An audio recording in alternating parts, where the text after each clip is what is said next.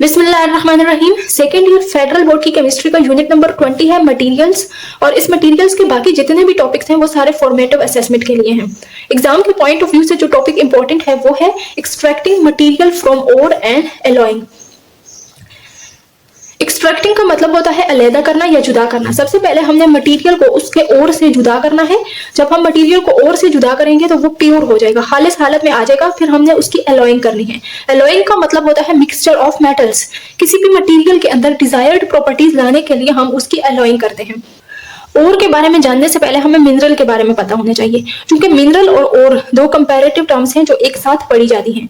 यहाँ पर मिनरल और ओर को डिफरेंशिएट कर लेते हैं पहले, मिनरल एंड ओर। मिनरल को अगर हम डिफाइन करें तो ये है naturally occurring inorganic substance with fixed structure.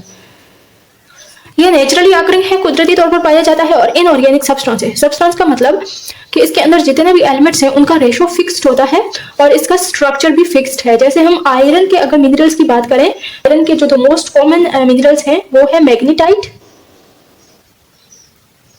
और एक होता है हेमाटाइट।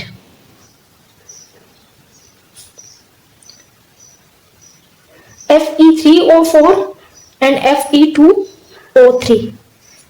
और को अगर हम डिफाइन करें तो इसकी डेफिनेशन है अ मिनरल और rock from which metal can be profitably extracted. और मिनरल की एक किस्म है जिससे मेटल को प्रॉफिटेबली एक्सट्रैक्ट किया जा सकता है, यानी वो मिनरल जिसके अंदर मेटल की रेशो ज्यादा हो या मेटल की परसेंटेज ज्यादा हो और मेटल को एक्सट्रैक्ट करना आसान हो उससे, यानी वो मिनरल जिससे हम कम पैसे और कम एफर्ट से बहुत ज्यादा मेटल को एक्सट्रैक्ट कर सकें। जैसे ये आयरन के दो मिनरल्स हैं, इनमें से जो हेमाटाइट है इससे आयरन को जुदा करना आसान होता है। इस वजह से ये हेमाटाइट वाला जो मिनरल है ये और कहलाएगा। मेटलर्जी या एक्सट्रैक्शन ऑफ मेटल्स वाला टॉपिक पढ़ने से पहले हमें एक्टिविटी सीरीज या फिर रिएक्टिविटी सीरीज ऑफ मेटल्स के बारे में पता होना चाहिए। Activity series is a list of metals arranged in order of their increasing या फिर डिक्रीजिंग रिएक्टिविटी। मेटल्स को अरेंज किया गया है और इसकी एक्टिविटी सीरीज बनाई गई है जो कुछ इस तरह से है। पोटाशियम है, सोडियम, मैग्नीशियम। मैग्नीशियम से पहले यहाँ पर कैल्शियम आता है, कैल्शियम रहा, फिर मैग्नीशियम है, aluminium, and then carbon, zinc, iron, lead, hydrogen, copper, silver और ये रहा गोल्ड। गोल्ड के बाद आता है प्लैटिनम। ये मेटल्स की अरेंजमेंट है और इस मेटल्स की अरेंजमेंट को कहते हैं एक्टिविटी सीरीज। जैसे ही हम ऊपर की तरफ जाते हैं मेटल की रिएक्टिविटी बढ़ती जाती है।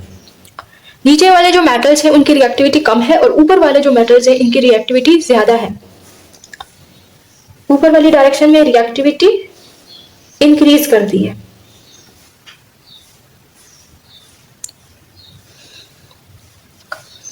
कार्बन और हाइड्रोजन इस सीरीज के अंदर बाउंड्रीज को लेकर आते हैं।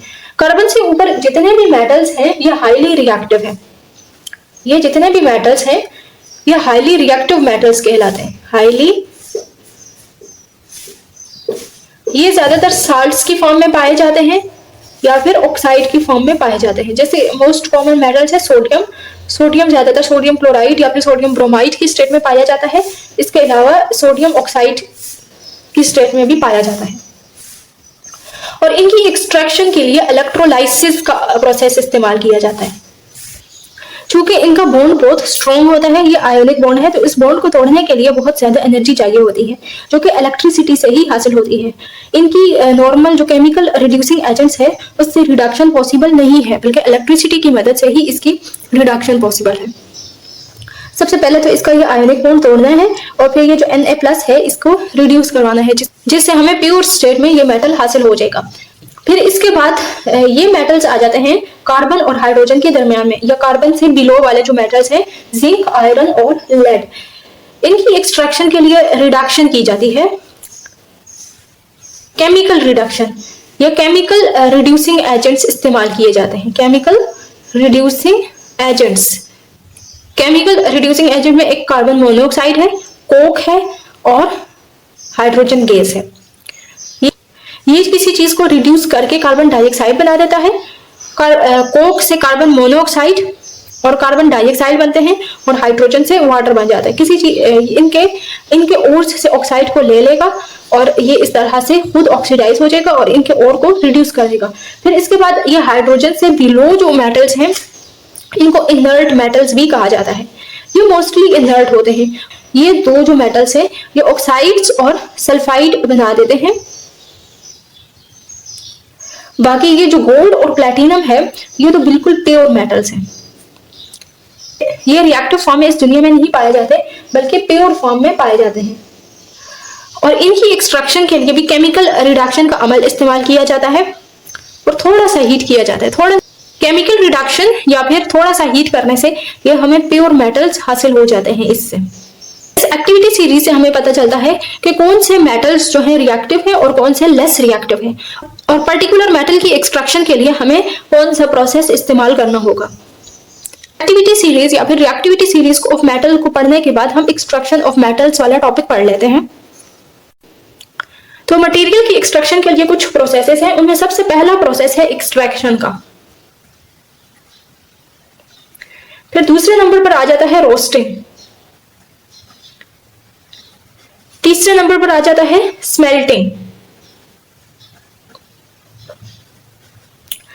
और एक बहुत अहम प्रोसेस है जिसको कहते हैं डेसिमराइजेशन।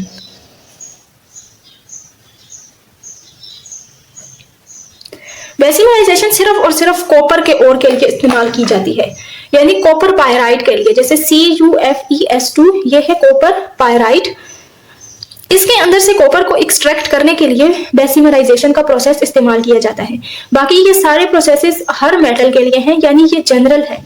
हर मेटल्स के ओर के ऊपर ये अप्लाई होते हैं और कॉपर की एक्सट्रैक्शन के लिए ये वाला प्रोसेस इस्तेमाल किया जाता है। फिर इसके बाद आ जाता है इलेक्ट्रोलाइटिक रिफाइनिंग। स्मेल्टिंग तक हमें 97 to 99% प्योर मेटल मिल जाता है। बाकी जो 1% इम्प्यूरिटीज हैं उनको खत्म करने के लिए इलेक्ट्रोलाइटिक रिफाइनिंग का प्रोसेस इस्तेमाल किया जाता है। इलेक्ट्रोलाइटिक रिफाइनिंग के नतीजे में हमें 99.99% प्योर मेटल मिल जाता है। अब यहाँ पर तो हमें प्योर मेटल मिल गया है। फिर इसके बाद मेटल्स उस मेटल के अंदर डिजायर्ड प्रॉपर्टीज को लाने के लिए उसकी अलॉइंग की जाती है। फिर अलॉइंग के लिए मुख्तलिफ प्रोसेसेस होते हैं, वो हम बाद में पढ़ेंगे। अभी हम ये जो मेटल की एक्सट्रैक्शन के प्रोसेसेस हैं इनको बारी बारी पढ़ लेते हैं। तो सबसे पहला जो प्रोसेस है वो है एक्सट्रैक्शन। एक्सट्रैक्शन का मतलब होता है अलग करना या जुदा करना। अब मेटल का जो ओर है वो पहाड़ों में पड़ा हुआ होता है और पहाड़ों की कान-कुनी करके उसको उस पहाड़ से या अर्थली इम्प्यूरिटीज से जुदा किया जाता है। यानी सबसे पहले जो है ओर की एक्सट्रैक्शन की जाती है माइनिंग के जरिए। माइनिंग के जरिए जमीन की खुदाई की जाती है और ओर को हासिल किया जाता है। फिर जब ओर हासिल हो जाता है तो उसकी क्रशिंग और ग्राइंडिंग की जाती है। माइनिंग के नतीजे में जो हमें ओर हासिल होता है वो कुछ बड़े बड़े पीसेस होते हैं और कुछ छोटे छोटे पीसेस होते हैं और इन पीसेस के दरमियान में कुछ थोड़ी मिकदार में मिट्टी या गिर्द वगैरह इसके साथ जुड़ी हुई होती है। इसके अलावा कुछ बड़े छोटे पत्थर भी इसके साथ आ जाते हैं, तो उनकी क्रशिंग और ग्राइंडिंग की जाती है। क्रशिंग और ग्राइंडिंग के नतीजे में जो बड़े बड़े पीसेस हैं वो छोटे छोटे पीसेस में कन्वर्ट हो जाते हैं और इसके अलावा इसके अंदर से मिट्टी या गिर्द वगैरह भी निकल जाती है। यानी हम कह सकते हैं कि क्रशिंग या ग्राइंडिंग के नतीजे में जो लार्ज पार्टिकल्स हैं वो पहले छोटे पार्टिकल्स में कन्वर्ट होते हैं और फिर उसके बाद इसकी जब फर्दर क्रशिंग या ग्राइंडिंग की जाती है तो इन स्मॉल पार्टिकल्स से फाइन पाउडर बन जाता है।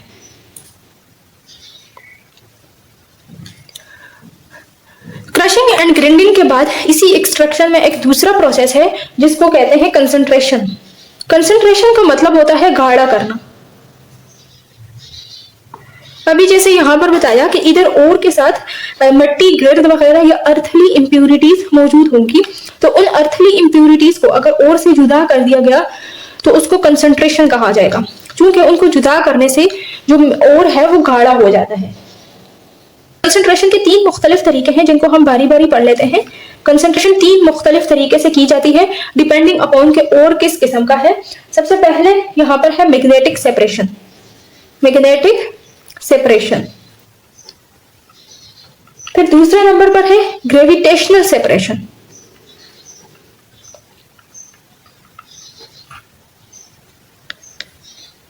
फिर तीसरे तीसरे नंबर पे फ्रोथ फ्लोटेशन।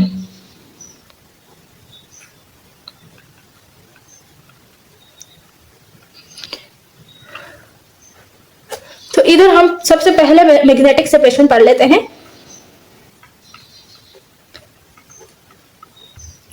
मैग्नेटिक सेपरेशन तब इस्तेमाल किया जाता है जब ओर या इंप्यूरिटीज इनमें से कोई एक चीज मैग्नेट की तरफ अट्रैक्ट हो। इसके लिए जो सेटअप है वो कुछ इस तरह से होता है। इस तरह से दो व्हील होते हैं और इन व्हील्स के ऊपर एक बेल्ट लगा हुआ होता है। ये वाला व्हील मैग्नेटिक होता है और ये नॉन मैग्नेटिक होता है।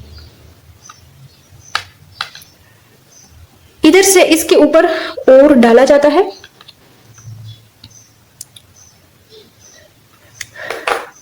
लेट्स सपोज ये ओर है और ये साथ में ब्लैक कलर की इम्प्यूरिटीज हैं और इधर ओर जो है वो मैग्नेटिक है, यानी आयरन का ओर है। ये आयरन का ओर है और जो इम्प्यूरिटीज हैं वो नॉन मैग्नेटिक है। Iron ore will be magnetic, यानी ये मैग्नेट की तरफ अट्रैक्ट होगा। अब ये बेल्ट इस व्हील के ऊपर मूव करता है इस डायरेक्शन में। तो ये जैसे ही मूव करके इधर आएगा ये ओर और इम्प्यूरिटीज, तो ओर जो है चूंकि मैग्नेटिक है वो इस मैग्नेट की तरफ अट्रैक्ट हो जाएगा, जिसकी वजह से वो ज्यादा वक्त तक इसके साथ अटैच रहेगा बेल्ट के साथ। बेल्ट भी मैग्नेटिक होता है। यहाँ पर ये बेल्ट जो है ये भी मैग्नेटिक है और ये वाला व्हील भी मैग्नेटिक है और ये वाला व्हील नॉन मैग्नेटिक है। तो ये ओर जो है ये ज्यादा वक्त तक इसके साथ चिपकी हुई रहेगी, तो ये इस कंटेनर के अंदर आकर जमा होगी। इसके बरअक्स जो इम्प्यूरिटीज हैं वो नॉन मैग्नेटिक है, मैग्नेट की तरफ अट्रैक्ट नहीं हो रही, तो वो इधर से आएंगी तो इधर से डायरेक्ट ही इस बाउल के अंदर जमा होती जाएंगी, यानी ये इस बेल्ट के साथ ज्यादा वक्त तक चिपकी हुई नहीं रहेंगी। तो इस तरह से ये मैग्नेटिक ओर और ये इम्प्यूरिटीज जो है वो सेपरेट हो जाती हैं via magnetic separation. Gravitational separation.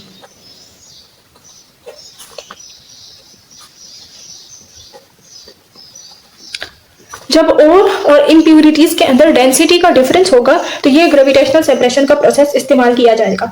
इसके लिए इस तरह से एक इंक्लाइंड सरफेस का इस्तेमाल किया जाता है। ये इंक्लाइंड सरफेस है जिसके अंदर रिज और फरोज है। इस तरह से इधर ओर और इम्प्यूरिटीज दोनों का मिक्सचर जो है वो डाला जाता है और साथ में इसके ऊपर पानी बहाया जाता है। अब जो चीज ज्यादा भारी होगी उसके ऊपर ग्रेविटी का असर ज्यादा होगा। अब लेट्स सपोज ये भारी है, ब्लैक वाला इम्प्यूरिटीज है और ये बाहरी है, तो इसके ऊपर ग्रेविटी का असर ज्यादा होगा, तो ये ज्यादा नीचे की तरफ बह जाएंगी। ये नीचे वाले जो फरोज हैं इनके अंदर ये बाहरी इम्प्यूरिटीज के पार्टिकल जमा हो जाएंगे और जो ओर है वो इधर ऊपर रह जाएगी। तो इस तरह से ओर को इम्प्यूरिटीज से सेपरेट किया जा सकता है वाया ग्रेविटेशनल सेपरेशन। तीसरा प्रोसेस है कंसंट्रेशन का froth flotation process. Froth flotation process ज्यादातर सल्फाइड ओर्स के लिए इस्तेमाल किया जाता है। सल्फाइड ओर्स की कुछ एग्जांपल्स हैं, जैसे गैलीना लेड सल्फाइड होता है। इसके अलावा जिंक सल्फाइड को कहते हैं और सिनाबर मर्क्यूरिक सल्फाइड कहलाता है। अब फ्रोथ फ्लोटेशन के लिए जो सेटअप इस्तेमाल किया जाता है वो कुछ ऐसे होता है। इस तरह का एक बीकर होता है। इस बीकर के अंदर एक पाइप रखा जाता है जो नीचे से टी शेप का होता है। इस तरह से यहां पर सुराख होते हैं और इधर से एयर को पंप किया जाता है।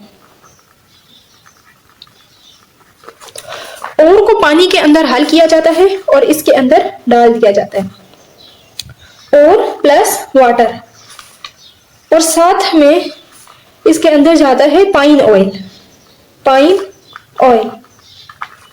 ये सारी चीजें इसके अंदर डाल दी जाती हैं और इधर से हवा को जब पंप किया जाता है तो एयर बबल्स यहाँ इन सुराख से निकलते हैं। इन सुराखों से जब निकलते हैं और यहाँ पर एयर बबल्स बनते हैं तो ये एयर बबल्स जाकर सरफेस के ऊपर बर्स्ट हो जाएंगे। इनके बर्स्ट होने से इस सारा जो सॉल्यूशन है इसके अंदर मूवमेंट होगी और उस मूवमेंट के नतीजे में पाइन ऑयल से जहाग बनेगी, फ्रोथ बनेगी। इस पाइन ऑयल से यहाँ पर फ्रोथ बनेगी यानी जहाग बनेगी, और उस जहाग के और ये ऊपर ऐसे जहाग दे देगी और इसके अंदर जो सल्फाइड ओर है वो उस जहाग के अंदर डिसॉल्व हो जाएगा। मेटल का जो सल्फाइड है, मेटल सल्फाइड, वो इस जहाग के अंदर हल हो जाएगा, और जो अर्थली इम्प्योरिटीज है या बाकी इम्प्योरिटीज जिनकी जो है विटेबिलिटी इतनी नहीं है वो इधर नीचे बैठ जाएंगी। ये रही इम्प्योरिटीज और इधर ये रहा सल्फाइड ओर।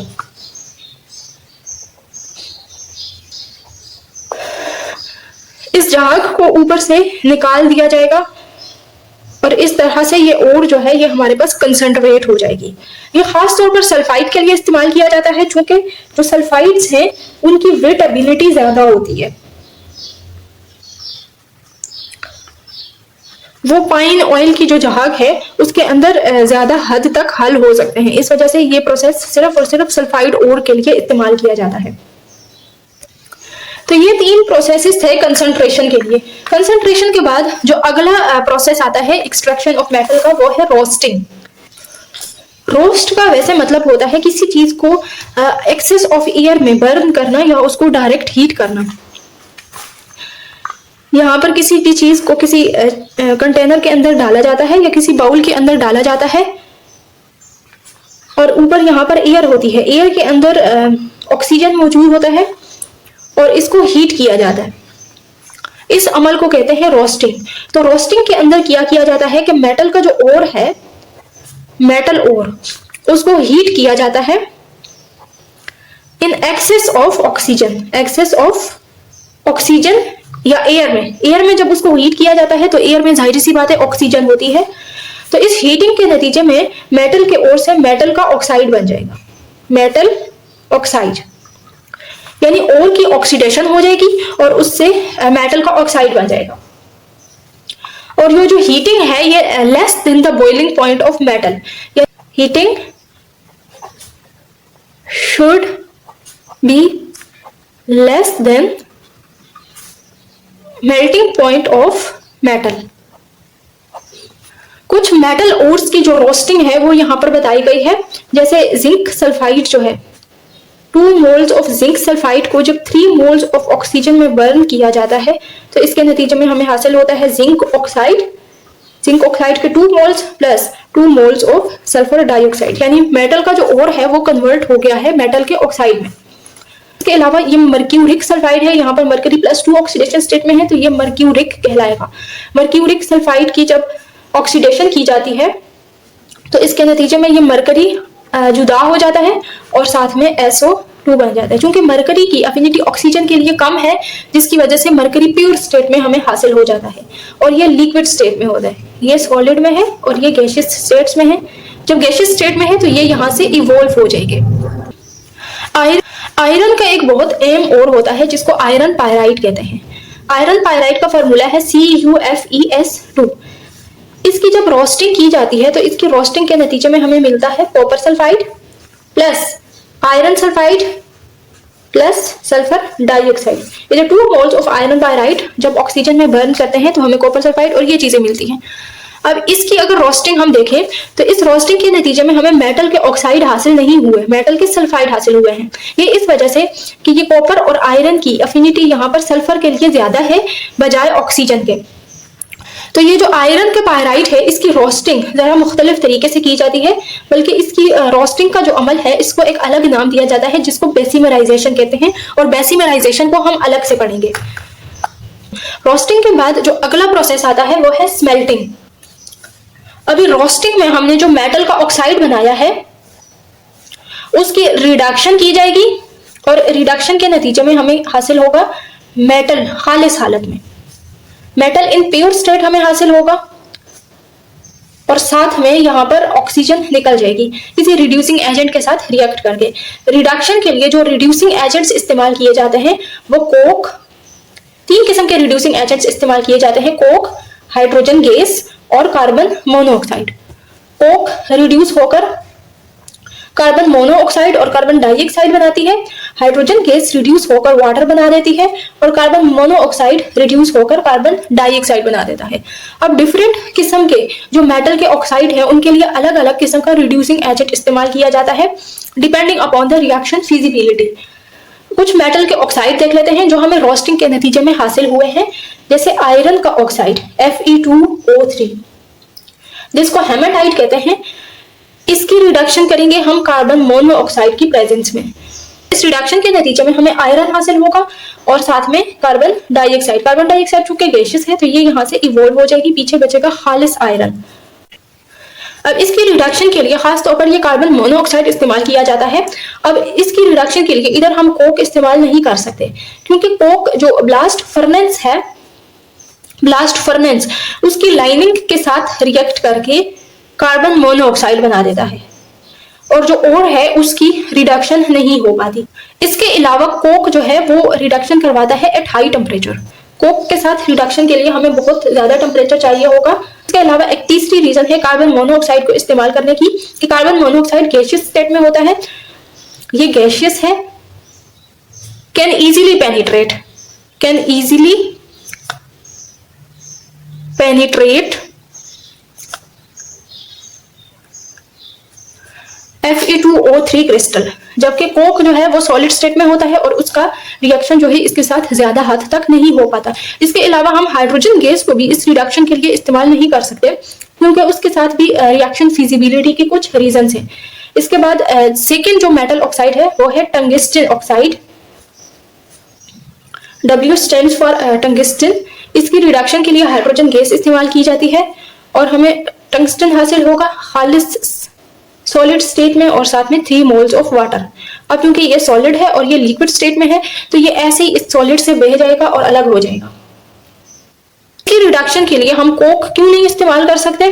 कोक को इस्तेमाल नहीं कर सकते क्योंकि कोक की इस टंगस्टन के साथ रिएक्ट करने की सलाहियत ज्यादा होती है और ये जो टंगस्टन है ये कोक के साथ रिएक्ट करके कार्बाइड्स बना देता है, कार्बाइड फॉर्मेशन हो जाती है।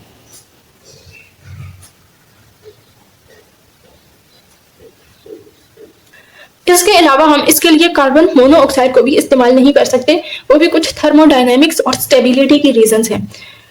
तीसरे नंबर पे जो बहुत अहम मेटल ऑक्साइड है वो है जिंक ऑक्साइड।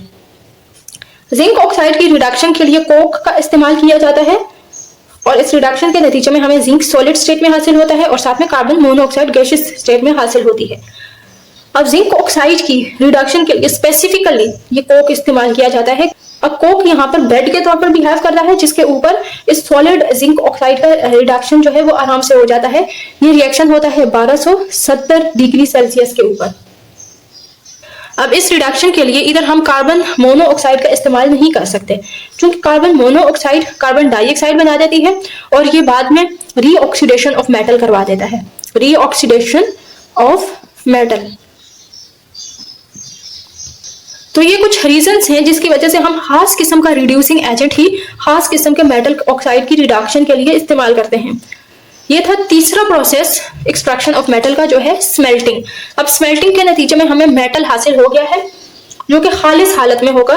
तकरीबन 97% प्योर मेटल हमें इधर तक हासिल हो गया है। अब एक और बात, यहाँ पर कॉपर की एक्सट्रैक्शन के लिए एक अलग प्रोसेस इस्तेमाल किया जाता है जिसको बेसिमराइजेशन कहते हैं। बेसिमराइजेशन बेसिकली रोस्टिंग और स्मेल्टिंग ही है लेकिन ये कॉपर के लिए होता है। कॉपर का और है आयरन पायराइट CuFeS2। इसकी जब हम रोस्टिंग करते हैं तो इसके नतीजे में हमें कॉपर का सल्फाइड हासिल होता है, साथ में आयरन का सल्फाइड हासिल होता है और सल्फर डाइऑक्साइड हासिल होता है। अब ये इक्वेशन बैलेंस्ड है। इधर हमें अब दो काम करने हैं। एक तो इस आयरन के सल्फाइड को जुदा करना है इस मेटल ऑफ इंटरेस्ट से, फिर दूसरा काम हम इस कॉपर सल्फाइड से सल्फर को हटाना है और कॉपर को खालिस हालत में लेकर आना है। अब आयरन सल्फाइड को हटाने के लिए इधर क्या किया जाता है कि ये जो आयरन सल्फाइड है इसकी ऑक्सीडेशन करवा दी जाती है और इस ऑक्सीडेशन के नतीजे में हमें आयरन ऑक्साइड हासिल होगा और साथ में सल्फर डाइऑक्साइड गैस हासिल होगी। ये गैसियस स्टेट में है, ये भी गैसियस स्टेट में है और ये रहा सॉलिड स्टेट में। तो ये गैस इवोल्व हो जाएगी, हमें ये आयरन ऑक्साइड हासिल हो जाएगा। अगले स्टेप में इस आयरन ऑक्साइड का रिएक्शन होगा सिलिकॉन ऑक्साइड के साथ, सिलिका के साथ।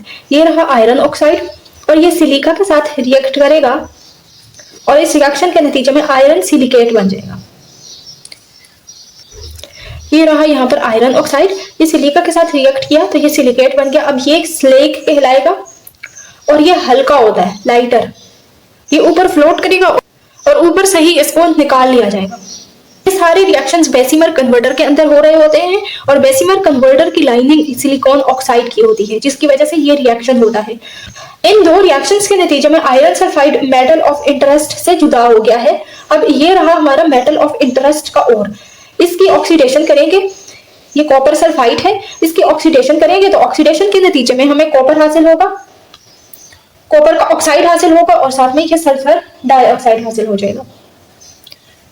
2 मोल्स ऑफ सल्फर डाइऑक्साइड और 2 मोल्स ऑफ कॉपर ऑक्साइड। अब ये रिएक्शन बैलेंस्ड है, ये सल्फर डाइऑक्साइड इवॉल्व हो जाएगा, पीछे बचेगा कॉपर ऑक्साइड। यहाँ पर इस स्टेप में ये पार्शियल ऑक्सीडेशन की जाती है। पार्शियल ऑक्सीडेशन, सारा का सारा कॉपर सल्फाइड जो है वो ऑक्सीडाइज नहीं किया जाता, बल्कि आधा कॉपर सल्फाइड ऑक्सीडाइज कर लिया जाता है और आधे को ऐसे ही रहने दिया जाता है। ये पार्शियल ऑक्सीडेशन क्यों जरूरी है? क्योंकि अगला स्टेप कुछ इस तरह से होना है जिसमें कॉपर सल्फाइड कॉपर ऑक्साइड के साथ रिएक्ट करेगा, तो इस रिएक्शन के नतीजे में ये कॉपर हासिल होगा हमें, खालिस कॉपर, और साथ में सल्फर डाइऑक्साइड का गैस बन जाएगा और इसको कहते हैं सेल्फ रिडक्शन। कॉपर सल्फाइड ने कॉपर ऑक्साइड के ओर को रिड्यूस कर दिया है और ये बहुत इकोनॉमिकल है, क्योंकि अगर हम इस स्टेप में कंप्लीट ऑक्सीडेशन करवाते हैं इस कॉपर सल्फाइड की, तो इस ऑक्सीडेशन के नतीजे में हमें कॉपर ऑक्साइड मिलता और इस कॉपर ऑक्साइड की फिर से हमें रिडक्शन करवानी होती कोई सा भी रिड्यूसिंग एजेंट इस्तेमाल करके, कार्बन मोनोऑक्साइड, कार्बन डाइऑक्साइड या फिर हाइड्रोजन गैस इस्तेमाल करके, जिससे इम्प्यूरिटीज के बढ़ने का खदशा ज्यादा था, जिसकी वजह से हमने क्या किया, पार्शियल ऑक्सीडेशन की। और अगले स्टेप में फिर से ये कॉपर सल्फाइड कॉपर ऑक्साइड के साथ रिएक्ट कर जाएगा तो ये खालिस कॉपर हासिल हो जाएगा और साथ में सल्फर डाइऑक्साइड, और ये बहुत इकोनॉमिकल है। इसमें एनर्जी भी कम इस्तेमाल हुई है ऑक्सीडेशन में और इसके अलावा इधर कोई रिड्यूसिंग एजेंट भी इस्तेमाल नहीं हुआ। अब ये जो सारे रिएक्शंस हैं ये बेसिमर कन्वर्टर के अंदर हो रहे होते हैं। बेसिमर कन्वर्टर की हम शेप देख लेते हैं और उसके अंदर ये रिएक्शन कैसे होते हैं, ये चीज हम अभी इधर समझ लेते हैं। बेसिमर कन्वर्टर इस तरह पियर शेप्ड होता है। पियर शेप्ड मतलब नाशपाती की तरह का एक कंटेनर होता है। ये पियर शेप्ड कंटेनर जो है ये ब्रिक्स से बना हुआ होता है। ये रही अंदर वाली लाइनिंग, ये किसी बेसिक ऑक्साइड से बनी हुई होती है, जैसे कैल्शियम ऑक्साइड हो गया या मैग्नीशियम ऑक्साइड हो गया, या इसके अलावा सिलिकॉन ऑक्साइड। इनर लाइनिंग जो है इसकी ये सिलिकॉन ऑक्साइड की बनी हुई है, जिसको सैंड भी कहते हैं। इसकी बेस में इस तरह से टायर्स लगे हुए होते हैं और इधर से hot air, hot blast of air इसके अंदर डाला जाता है, जो इन टायर्स के जरिए ऐसे बाहर निकलता है इसके अंदर। दरमियान में से ये जो पियर शेप्ड कंटेनर है इसको पिवट किया जाता है। ये पिवटेड होता है, किसी स्पोर्ट के ऊपर ऐसे लगा हुआ होता है, ये नीचे ऐसे जमीन के ऊपर फिक्स्ड होंगे। लेट्स सपोज ये ग्राउंड है, तो ये ग्राउंड के ऊपर इस तरह से पिवटेड होता है। इसका मकसद होता है कि इसके अंदर से चार्ज को निकाला जा सके और बार बार इसकी रीफिलिंग की जा सके। इस पिवट के ऊपर इसको ऐसे घुमाया जाएगा तो चार्ज इसके अंदर से निकल जाएगा, फिर इसको सीधा करके ऊपर से इसके अंदर चार्ज डाला जाता है और ये प्रोसेस बार बार कंटिन्यू रहता है। इधर से डाला जाता है copper pyrite, CuFeS2। Copper pyrite डाला जाता है, नीचे से यहाँ पर हॉट ब्लास्ट ऑफ एयर यानी एयर निकलता है और नीचे से इसको हीट भी किया जाता है। हीटिंग के नतीजे में ये जो आयरन पायराइट है ये ऑक्सीजन के साथ रिएक्ट करके उसी तरह कॉपर सल्फाइड और आयरन सल्फाइड बना देगा, जैसे कि हमने पीछे इसके रिएक्शन से देखे थे। रिएक्शन को हम दोबारा इधर लिख लेते हैं, CuFeS2। इसकी ऑक्सीडेशन होगी, ऑक्सीडेशन के नतीजे में कॉपर सल्फाइड बनेगा, साथ में आयरन सल्फाइड और साथ में SO2। ये आयरन सल्फाइड जो है ये तो इस इनर लाइनिंग का जो सिलिकॉन ऑक्साइड है उसके साथ रिएक्ट कर जाता है। It will react with this silicon oxide to form FeSiO3 और ये स्लेग कहलाता है और ये हल्का होता है। हल्का होने की वजह से ये ऊपर ही ऐसे फ्लोट करेगा, ये सिलिकॉन ऑक्साइड की लेयर हो जाएगी।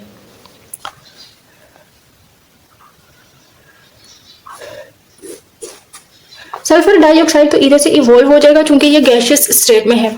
इसके बाद बचा हमारा यहाँ पर मेटल ऑफ इंटरेस्ट का सल्फाइड।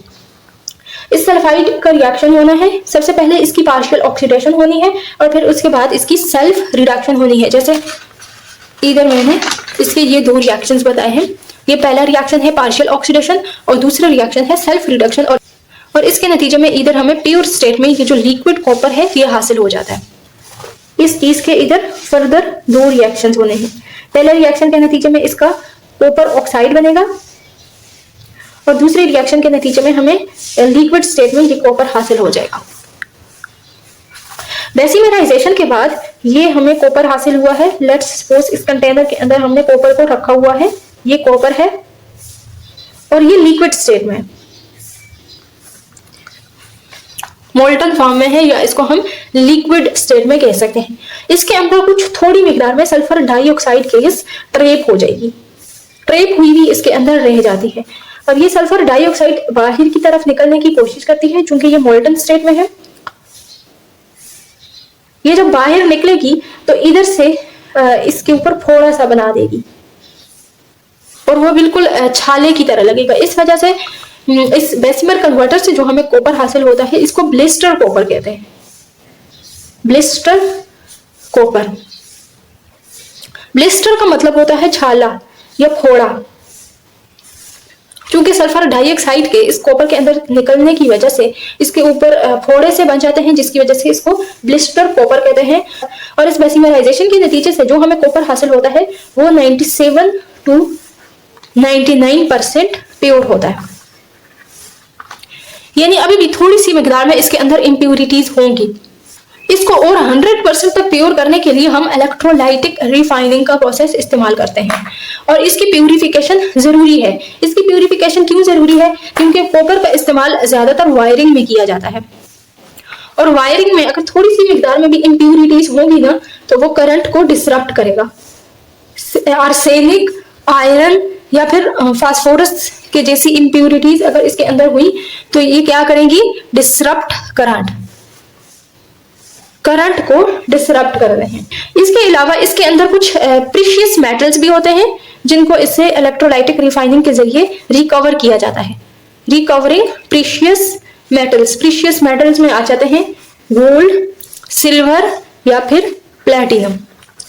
इसके अलावा तीसरा मकसद होता है इसको प्योर करने का कि जो ब्रिटल इम्प्यूरिटीज होती हैं उनको भी जुदा कर लिया जाता है। ब्रिटल इम्प्यूरिटीज जैसा कि जिंक हो गया, लेड हो गया या फिर आयरन। चूंकि ये अगर कॉपर के अंदर रही तो ये सारे के सारा कॉपर जो है उसको ब्रिटल कर देंगी, तो इनको निकालना जरूरी है कॉपर की टेंसाइल स्ट्रेंथ के लिए। चौथे नंबर पर आ जाता है मेटल्स की प्यूरिफिकेशन का जो प्रोसेस है, इलेक्ट्रोलाइटिक रिफाइनिंग। इलेक्ट्रोलाइटिक यानी इलेक्ट्रोलाइटिक वर्ड यहाँ पर इस्तेमाल हुआ है जिसका मतलब होगा इलेक्ट्रिसिटी की मदद से हमने ये रिफाइनिंग को करवाना है। इलेक्ट्रोलाइटिक रिफाइनिंग के लिए इस तरह का एक इलेक्ट्रोलाइटिक टैंक लिया जाता है। इसके अंदर हम दो ही इलेक्ट्रोड डालेंगे। वैसे ज्यादा सारे कैथोड और एनोड रखे जाते हैं इस प्रोसेस को स्पीड अप करने के लिए या एफिशिएंसी बढ़ाने के लिए, लेकिन हम समझने के लिए इसके अंदर जस्ट दो ही इलेक्ट्रोड रखेंगे फिलहाल। एक एनोड कहलाएगा और एक कैथोड कहलाएगा। इलेक्ट्रोलाइटिक सेल की कन्वेंशंस याद रखने के लिए एक वर्ड लिया जाता है पल्लाव। P for positive, L for left, A for anode and O for oxidation. जो लेफ्ट साइड पे इलेक्ट्रोड है उसके ऊपर पॉजिटिव चार्ज है और वो एनोड कहलाएगा और इसके ऊपर ऑक्सीडेशन का अमल होगा। और एक और बात आपने याद रखनी है कि एनोड जो है वो इम्प्योर होता है। इम्प्योर कॉपर या फिर इम्प्योर मेटल का बना हुआ होता है। और इसको बाहर से इलेक्ट्रिसिटी के साथ जोड़ा जाएगा। ये रही बैटरी। बैटरी का एक टर्मिनल पॉजिटिव होता है और एक नेगेटिव होता है। एनोड को पॉजिटिव टर्मिनल के साथ जोड़ा जाएगा और ये जो कैथोड है इसको negative terminal of the battery के साथ जोड़ा जाएगा। जैसे ही हम इधर से बैटरी ऑन करेंगे, करंट फ्लो करेगा इन दो इलेक्ट्रोड्स के अंदर। ये जो लेफ्ट वाला एक इलेक्ट्रोड है जिसको एनोड कहते हैं, इसके ऊपर ऑक्सीडेशन का अमल होता है। तो ये कॉपर जो जीरो ऑक्सीडेशन स्टेट में है इसके ऊपर पड़ा हुआ है, इसकी ऑक्सीडेशन होगी। ऑक्सीडेशन के नतीजे में ये Cu2+ बना देगा और साथ में 2 इलेक्ट्रॉन्स निकल जाएंगे जो कि एक्सटर्नल सर्किट के थ्रू इधर आ जाएंगे। अब इसके ऊपर कॉपर जीरो ऑक्सीडेशन स्टेट में था, ऑक्सीडेशन के नतीजे में ये +2 ऑक्सीडेशन स्टेट में चला गया, तो ये सॉल्यूशन के अंदर आ जाएगा। अच्छा, ये जो इलेक्ट्रोलाइट है ये कॉपर सल्फेट का होता है जिसके अंदर कॉपर +2 ऑक्सीडेशन स्टेट में है।